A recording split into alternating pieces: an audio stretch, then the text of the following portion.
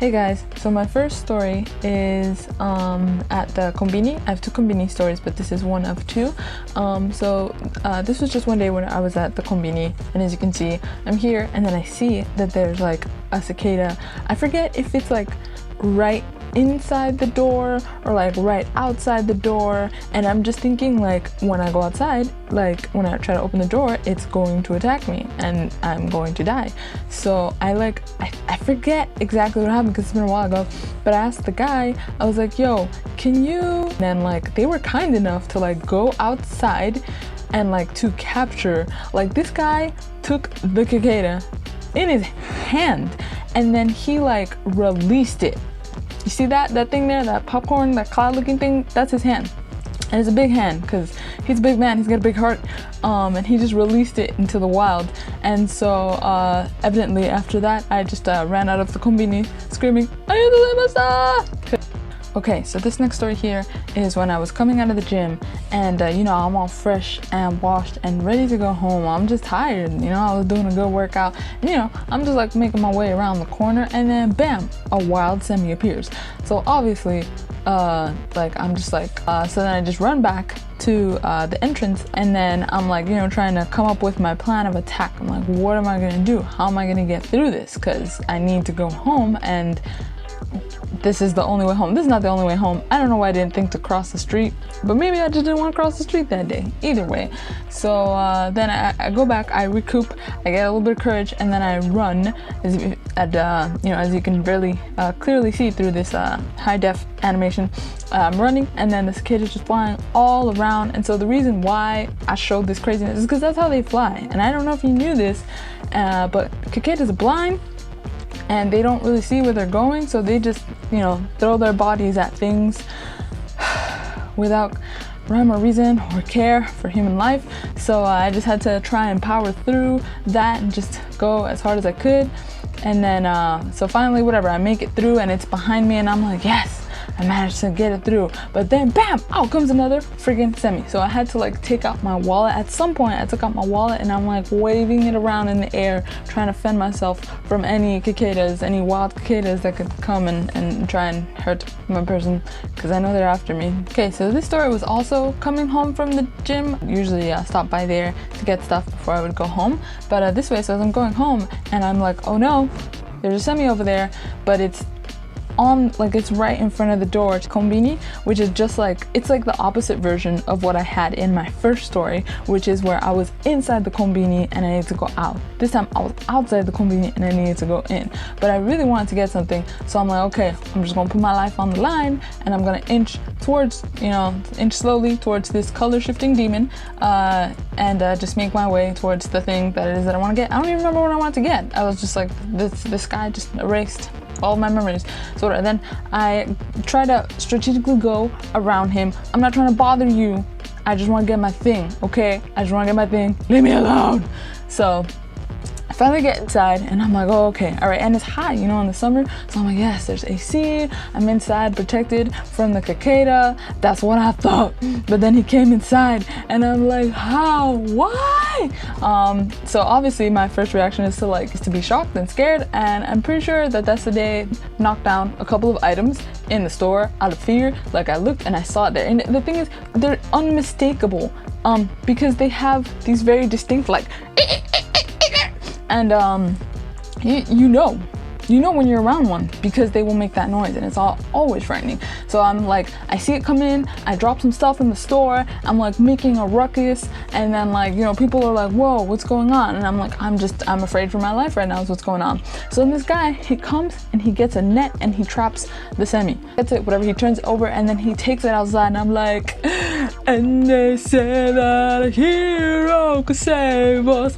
It was great. It was such a great moment. And then he took it outside, and he just left it out there, and I was like, oh, okay, all right, sweet, I can just get on with my buying in fear as I'm quaking and shivering. But then, yo, this guy came back in to finish the job. He's like, I didn't get Laura the first time, I need to go back in. And then I was like, ah, it's like, what? Yo, it was honestly, I don't even know what happened at that point. I think I blanked out for a moment. It was scary.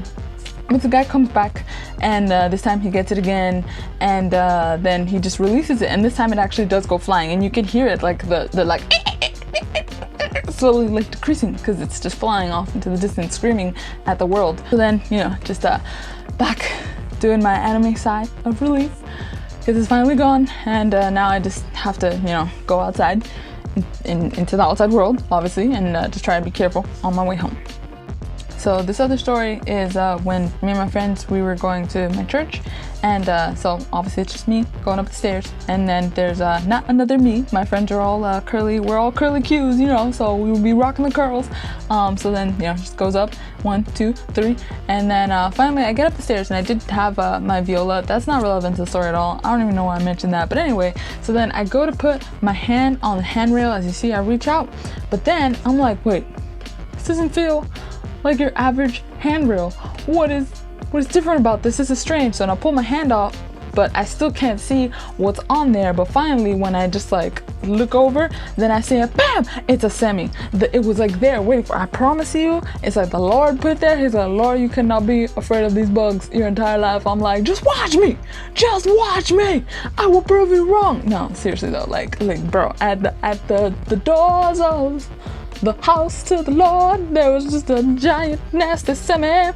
And the only positive experience out of that whole thing, or the only positive thing that came out of that, is that I found out semi are really, really soft.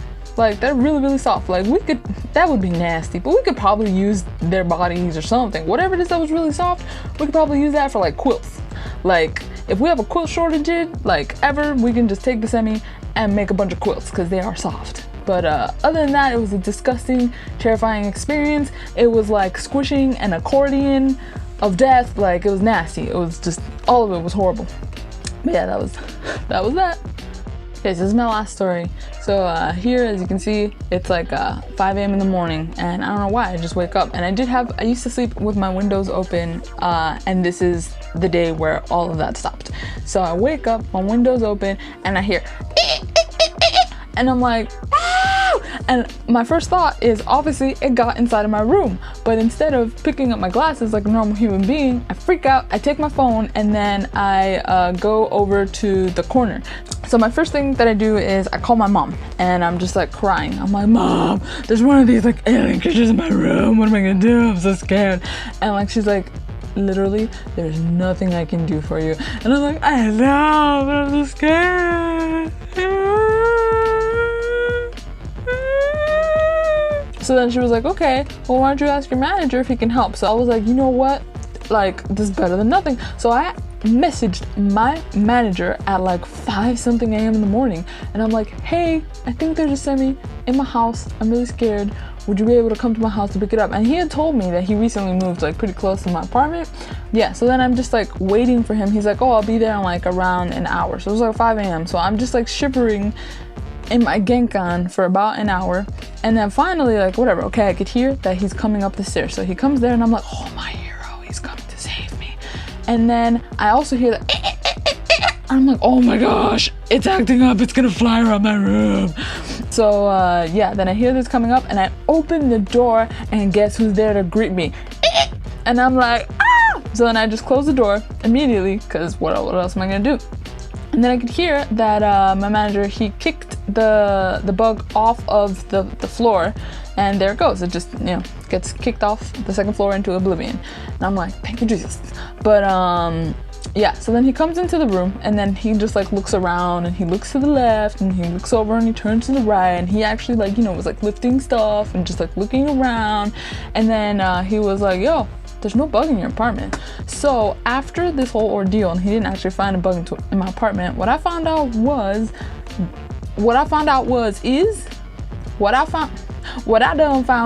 is that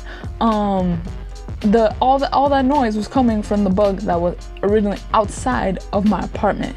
And it's like, the way that the apartment is built, it just sounded like it was inside, and it didn't help that my door was open. But yeah, from that day, I never slept with my door open again. So yeah, those are my semi stories. I hope you guys enjoyed the ride, and I hope not to have too many more to share, really.